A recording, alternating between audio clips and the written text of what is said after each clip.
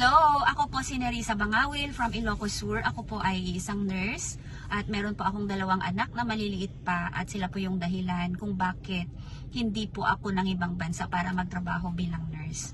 Ayoko naman po silang iwan. And naniniwala naman po ako na kahit nasa Pilipinas, pwede naman po sigurong kumita ng medyo malaki. Kaya lang hindi ko talaga alam kung paano.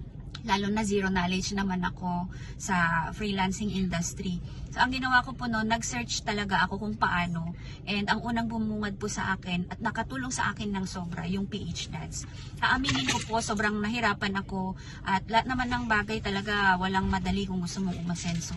Pero dahil nga gusto ko, kaya natapos ko yung course at naipasa ko po lahat.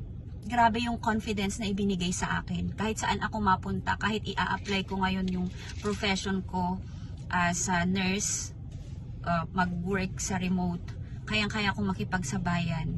Kasi yung confidence at yung background na natutunan ko sa PH Dads, wala talagang kapantay. Lalo na magagaling yung mga mentors, kung ano yung naging experience nila, hands-on talaga, tinuruan talaga kami ng tama with proper attitude or right attitude. So, yun lamang po. Kung ako na zero knowledge ay kinaya ko, alam ko kaya mo din, kapatid.